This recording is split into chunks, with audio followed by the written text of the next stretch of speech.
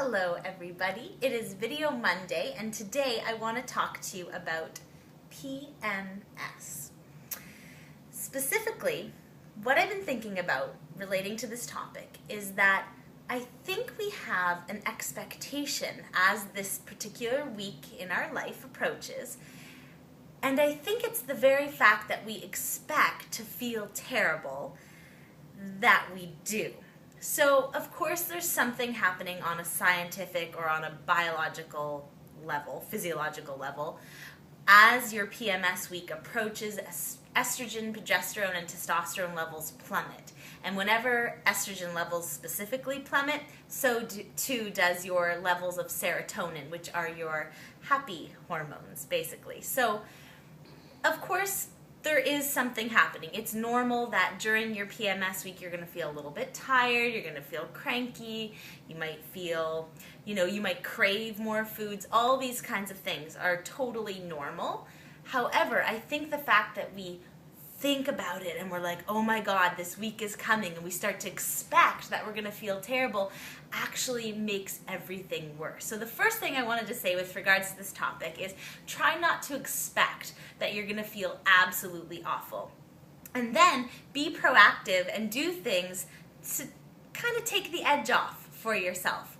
So the next thing I want to talk about is having resistance to this particular week and to the things that arise. So as you find yourself feeling, grumpy or super tired, like you don't have the energy to get to the gym, whatever, instead of trying to fight against that, perhaps see if you can just take it a little bit easy. Treat that week as a week where you're gonna, work out a little bit less, maybe even eat a little bit more. Your body is trying to tell you something. You probably need more calories and you need more rest as, everything else is happening. So definitely try to do the opposite. When you feel terrible and tired and all that stuff, instead of putting more pressure on yourself, try to take it easy, take a nap, curl up on your couch and drink a tea and read a book, something like that. So try to let go of the resistance. Be a little bit easy on yourself during this particular week.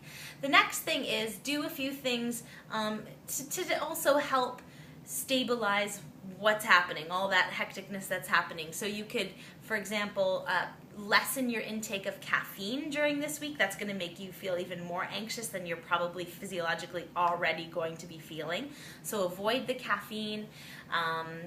Chocolate, same thing, there's caffeine in there, so, and especially if you're eating chocolate that has sugar, you want to stay away from things that are going to cause your energy to spike and then come down. So anything with sugar or caffeine is going to do that. You want to stabilize your blood sugar as much as possible. An easy way to do that is by eating balanced meals, by eating especially some complex carbohydrates, maybe some whole grains if you happen to include grains in your diet, or some nuts, some almond butter. Those kinds of things could be helpful.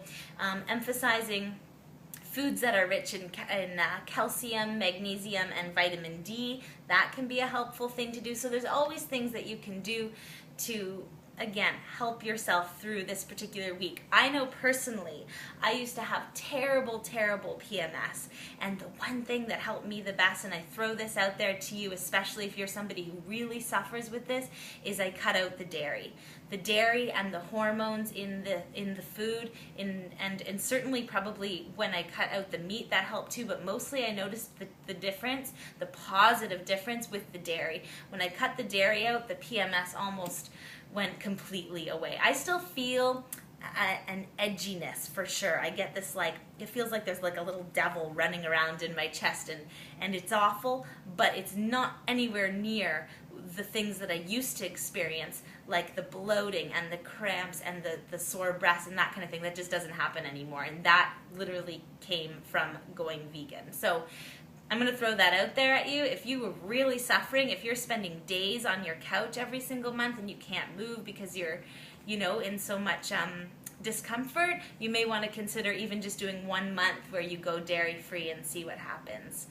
So that's a little bit of a talk on PMS. Post your comments below. If you're finding this video on YouTube, please be sure to check me out or check my Facebook page out. It's Teshia Maher and the Home of Living Live. You can find me on there, and also check out my website. I do nutritional consulting, and I would love to work with you on an individual basis if you have some other goals that you're working towards other than perhaps PMS. See you guys really soon next week, I guess.